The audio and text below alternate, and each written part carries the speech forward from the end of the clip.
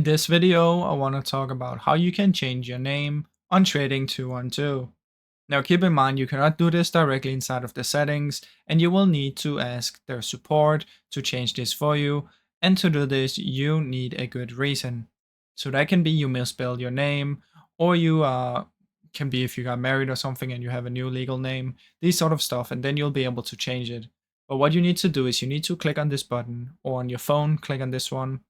Don't go to settings, go to the contact us page, and this will open up the request here. Then inside of here, you want to tell them why you need to change it, and you most likely need to provide some sort of verification. So this can be your ID with your new name on it and this sort of stuff.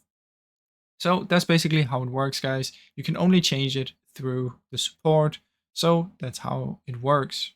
Now, I hope you enjoyed this short video. If you did, please leave a like and subscribe, as it helps me out a ton. Thank you so much for watching.